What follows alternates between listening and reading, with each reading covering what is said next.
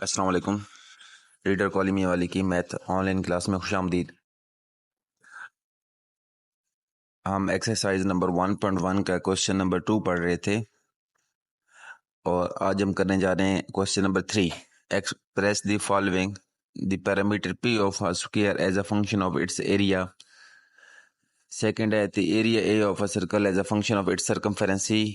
और part C है the volume V of a cube as a function of the area of its base. इस तरह के question हमने पहले लेक्चर में कुछ एग्जांपल्स भी उसकी की थी, तो उसका पार्ट 1 है, उसको हम देखते हैं किस तरह सॉल्व करना है। क्वेश्चन में कहते हैं कि जो पैरामीटर पी है, पैरामीटर क्या होता है, जो उसकी एक साइड होती है ना, तो उसको यानी कि जो स्क्वायर की चारों साइड्स का मजमू होता है ना, उसको पैरामीटर बोला जाता है। तो एक साइड की जो लेंथ होती है स्क्वायर की, वो होती है एक्स, और विड्थ भी उसकी क्या होती है, एक्स होती है। यानी कि इसकी टोटल साइड एक साइड की जो लेंथ होती है ना किसी भी स्क्वायर की, वो एक्स होती है। तो पैरामीटर ऑफ स्क्वायर क्या बन जाएगा, x plus x plus x plus x, यानी कि चारों साइड्स को हम ऐड करेंगे तो 4x बन जाएगा। और इसका एरिया होता है x square, x multiply by x. अब हमारे पास एरिया भी आ गया और पैरामीटर भी आ गया, तो हमने चेक करना है कि इसका जो पैरामीटर है उसको एरिया के फंक्शन में कैसे लिखते हैं। तो इसमें बेटा हमने ये करना होता है कि जो पैरामीटर वाले फार्मूले में 4x आ रहा है, तो एरिया वाले फार्मूले में हमने x की वैल्यू निकाल के इसी पैरामीटर वाली इक्वेशन के अंदर पुट कर देनी है। अब एरिया है एक्स स्क्वायर, अब वहां से अगर हम x की वैल्यू निकालें तो x is equal to square root a आ जाएगी, यानी कि दोनों साइड में हम स्क्वायर रूट ले लेंगे ना एरिया वाले इक्वेशन के अंदर। तो x की वैल्यू क्या आ गई, स्क्वायर रूट a। अब यही x वाली वैल्यू आप इक्वेशन नंबर 1 के अंदर पुट कर देंगे पैरामीटर वाले इक्वेशन के अंदर, तो पैरामीटर क्या हो जाएगा 4 और x की जगह स्क्वायर रूट a आ जाएगा, तो p is equal to 4 square root a। तो यहाँ से समझ आ गया कि जो पैरामीटर है उसको किस तरह हमने एरिया के फंक्शन में लिखना है। सेम इस तरह आगे बाकी दो पार्ट्स हमने कर लेने हैं। हम क्वेश्चन नंबर 5 पे जा रहे हैं। क्वेश्चन नंबर 5 है given f of x is x cube minus A x square plus B x plus 1।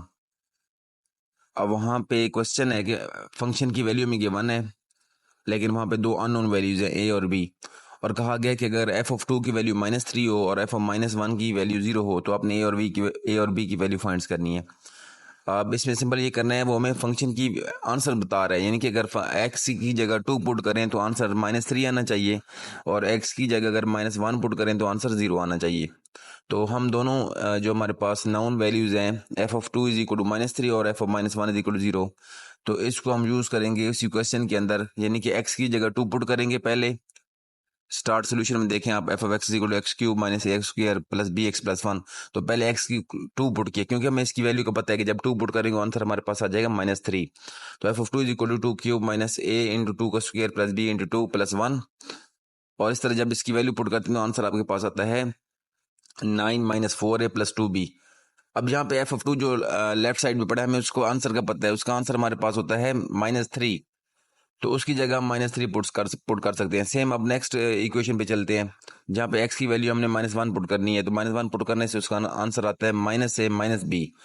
अब सेम एफ ऑफ 2 का आंसर -3 था, तो उसी पहली वाली इक्वेशन में जहाँ पे एफ ऑफ 2 लिखा हुआ था वहाँ पे हमने -3 पुट कर दिया, और दूसरी इक्वेशन में जहाँ पे -1 हमने एफ ऑफ -1 लिखा हुआ था वहाँ पे हमने 0 पुट कर दिया। अब जो है हमारे पास दो इक्वेशन आ जाएंगी, एक इक्वेशन नंबर 2 है और एक इक्वेशन नंबर 3 आ जाएगी। अब इक्वेशन नंबर 3 से जो a की वैल्यू है वो इक्वेशन नंबर 2 में पुट कर देंगे, और b का हमारे पास आंसर आ जाएगा -2। अब ये b का आंसर जो है इक्वेशन नंबर 2 में पुट करेंगे तो a की वैल्यू हमारे पास आ जाएगी। तो इस तरह क्वेश्चन नंबर 5 ने हमने सॉल्व कर लेना है। क्वेश्चन नंबर 6 सेम इसी तरह का क्वेश्चन है। A stone falls from the height of 60 meter on the ground. The height h after x second is approximately given by h of x is equal to 40 minus 10 x square। अब यहाँ पे ना height का function दिया हुआ है किसकी शक्ल में, x की शक्ल में, और यहाँ पे x क्या है, क्वेश्चन में कहते हैं कि x सेकेंड, यानी x जो है वो टाइम को रिप्रेजेंट कर रहा होता है। तो अब वो पूछते हैं कि हाइट क्या होगी जब पत्थर जो है कहाँ पे होगा, 1 सेकेंड के बाद, पार्ट बी है 1.5 सेकंड के बाद, और पार्ट सी है 1.7 सेकंड के बाद। सिंपल इसमें आपने ये करना है कि अब एक्स की वैल्यू जो आपको गिवन है ना, वो आपने एक्स की वैल्यू उसी इक्वेशन के अंदर पुट कर देनी, तो हाइट आपके पास आ जाएगी H of x is equal to 40 - 10 X square. तो एक्स की वैल्यू जब 1 उसके अंदर पुट करेंगे तो 40 - 10 इंटू 1 का स्क्वायर 40 - 10 आ जाएगा, और 30। अब ये जो 30 है ये हाइट है, तो 30 मीटर यानी कि 1 सेकंड के बाद जो स्टोन है वो 30 मीटर की हाइट पे होगा। इसी तरह 1.5 सेकंड के बाद जो स्टोन है वो 17.5 मीटर की हाइट पे होगा, और 1.7 सेकंड के बाद ये 11.1 मीटर की हाइट पे होगा। और नेक्स्ट वो पूछता है कि जो इसका पार्ट भी है, when does the stone strike the ground, stone जो है वो ग्राउंड को कब टच करेगा। अब जब ग्राउंड को टच करेगा तो एक्स की वैल्यू यानी कि जो हमने वो फाइंड करनी है कि वहां पे कितना टाइम लगता है। अब जो जब ग्राउंड पे स्टोन टच करेगा तो हमारे पास हाइट 0 हो जाएगी। अब हमने एच ऑफ एक्स की वैल्यू हमारे पास आ गई है, वो क्या है 0 है, क्योंकि जब ग्राउंड को टच करता है पत्थर तो उसकी हाइट 0 हो जाती है। अब उसी पहली वाली इक्वेशन में एच ऑफ एक्स की जगह हमने 0 पुट किया तो आंसर आपके पास आया 0 equal to 40 minus 10 X square. तो एक्स की वैल्यू आपके पास यहाँ पे 2 सेकंड आ गई। इसका मतलब 2 सेकंड के बाद वो जो है ग्राउंड को टच कर देगा।